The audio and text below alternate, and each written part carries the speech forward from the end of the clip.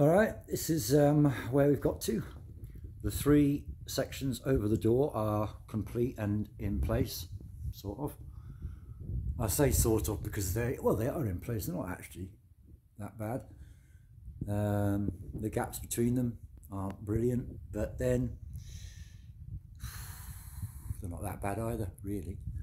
That's the best one. Not the one that's not got the big gap. That's the best one. But anyway, there's 5 panels on their doorway, and yeah, I think they look all right.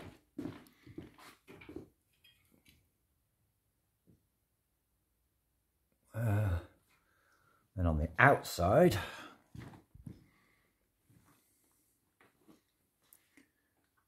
it's looking like this. So there's quite a variety of things going on. This flashing is less than it would be best if it was, and this flashing is more than it would be best if it was, and this flashing is about right.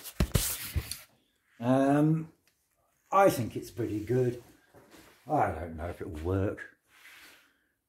It's a bit now that I'm doing it, I realise this is quite a radical way of approaching a roof, really.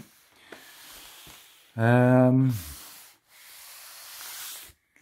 the other hand, you know, a slate or a stone roof is made of lots of small pieces that butt up to each other in such a way as to shed the water and not leak. So yeah, with these, you know, with yurts, teepees, all tents and stuff that I've dealt with, it's basically you can build a frame, then throw a big sheet over it, and bear, and you're pretty much guaranteed. Well, in theory, then you're pretty much guaranteed to be waterproof. However, there are problems with that because a lot of these sheets that we throw over them are sewn, and things do leak when it comes down to it. I mean, one of the things with canvas and sort of normal stuff, with particularly sort of cheap things like teepees and things, is in a way it doesn't really matter too much if they leak a bit, because the moisture, by the time it gets in, as long as it's not under pressure, will run down the inside of the material, if the material's fairly steep. If it's flat or baggy, obviously it'll just strip off, but if it's steep, it'll run down the inside of it. You might not even know. Anyway, this is different, isn't it, obviously, because if the water gets in, it will take anyway. So I'm not that bothered about that because I've got a solution to it. No, I think I've got a solution to it. So I'm going to just carry on thinking I've got a solution, because I've got so many anxieties at the moment about various things, including the job mainly, that I'll just carry on thinking I've got a solution until I've got a chance to have a bit more headspace to check it out, just in case it isn't the solution. Yeah, so I might be able to get them to fit a bit better. The first one I put up, that one, goes into the hub at a point where there's the central support that I put in, and so it doesn't fit properly in, and then because I've allowed the Velcro to engage, I can't adjust that in any way. So that's how it is, and that will be not looking as good as it could, but also throwing out the ones next to it very slightly.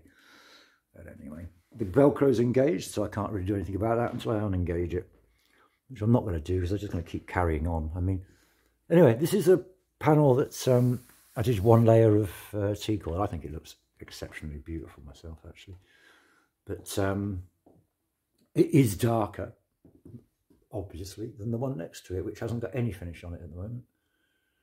I mean, they desperately do need some finish on them, really, because they're just going to pick up dirt and marks, particularly. I mean, the finish, even that teak oil, it's not like it's drying hard like a varnish or anything, but it's still protecting the stuff a little bit. And it does look good, though. It'd be great to do it 2-tone, wouldn't it? Like 1 teak oil, 1 something else. So it might get painted, because Sarah is a little bit concerned that it is going to be dark, even though it's going to have skylights and a central something up there. and windows here and windows there and windows here and windows there. The windows, partly because of the eaves, but also because of the site it's going in, will provide view, but they won't provide a right lot of light because the light comes from above and they'll be going out to the side and it's in a wooded area. So you get your views out of those when you're sat down, but the skylights will bring in light and allow you to stand in a position, say, the roof comes down here. Normally I wouldn't be able to go past about there with my head, but with the skylight open, be able to walk right out to here and just do this. Imagine the window wasn't there and just look out, and there you are, you're outside, and you'll be able to sort of look up onto your roof. So I've decided, I don't think Sarah watches these anyway, I've decided to sack the idea of the bespoke angled expensive glass and fit rectangular glass even in the trapezoid and triangular shapes, because it'll save me about £1,000 and it'll look pretty good anyway. And I think actually I've been worrying about this a lot, well I was, and then I realised that actually other people might not have even thought about that at all. And then a friend came to visit who's got a lot of experience in rustic building, Shivam, and he just thought I was daft, really. Well, I think he thinks I'm daft from doing the damn thing. Well, I am. If I had known better, I would have done left the country. But you know, he was saying, yeah, but you know, if you just get rectangular glass and fit it, it'll be fine. And it will. I can tell that because on the model, there you go, that is expensive. That is very cheap. What's the problem? It'll look fine. And anyway, yeah, I think it looks fine. The eaves, okay, so as you come out, because there's quite easy, I've cut these back, but they are still there. Right here, this is my head. Come along, boom, boom, boom, get to about there, and there's a problem. So you have to duck down to come out. Now, when you're coming out, you definitely have to dip your head. When you're coming in, you sort of have to, but that's only because when this gets installed, it'll be on a platform, which will be minimum 6 inches. So you walk under there, then you take a step up, and you're in. But I have to say, I have really been quite conservative. No, it's not the right word. I could probably have made the entrance higher, really. I mean, it'll suit Sarah in a way, because she's quite short.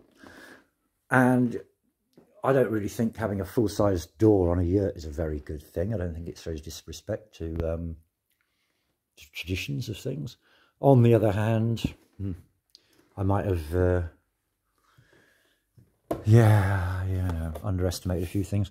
So, for one thing, I was going to have the doors opening outwards. I don't think that's happening. I think the doors have to now open inwards.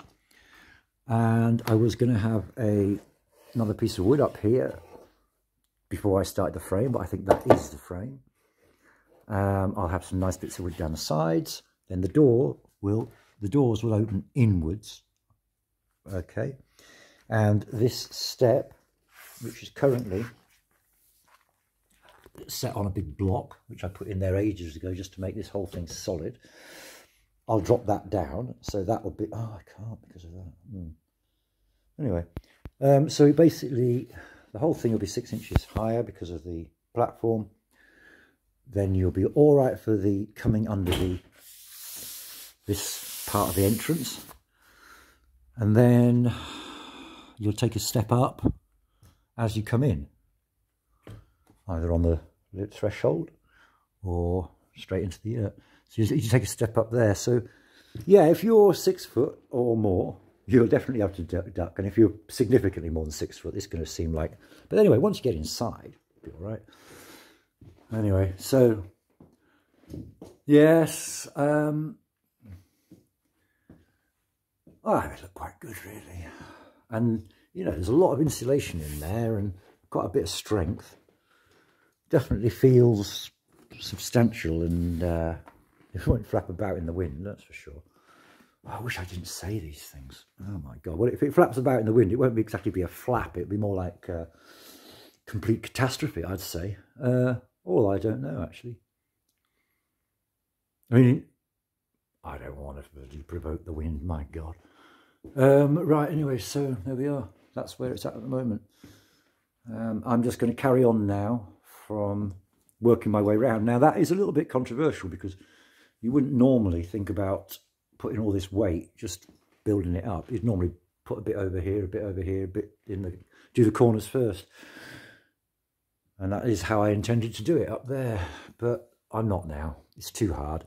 So I'm just going to trust to everything and start working my way around. And I'll make another panel, take a panel out from here, take this one out, then skimmy it around the roof until I get to the front, throw it down the front onto the bench, make it, push it back up there, shimmy it around here, drop it into place, next one.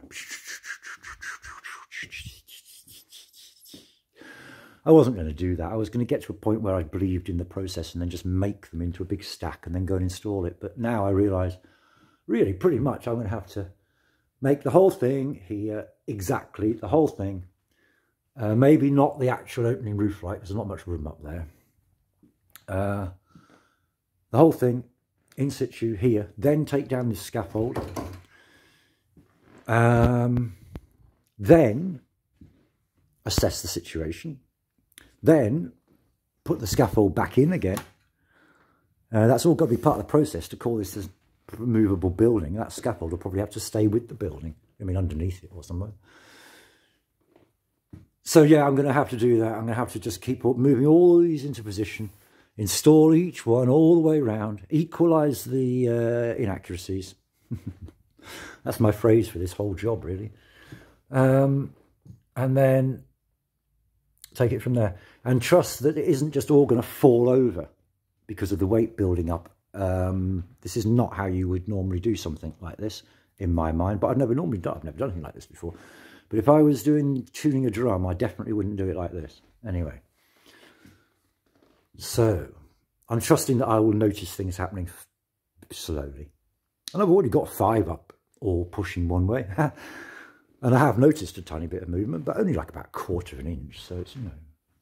And anyway, if it's going to have a problem, I'd rather it had it in here than when I'm installing it. So that is now a decision made whilst making the video that I will just continue on the way around, installing all the way around until I get to the last 2 or 3, at which point I'm going to make skylights in those.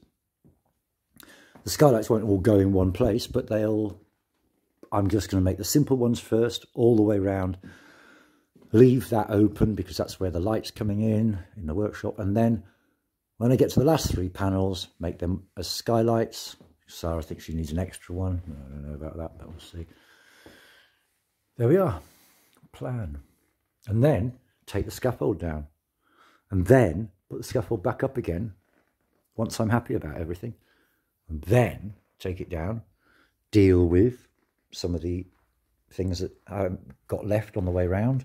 On the run up, deal with them, then build the platform, then install it on the platform.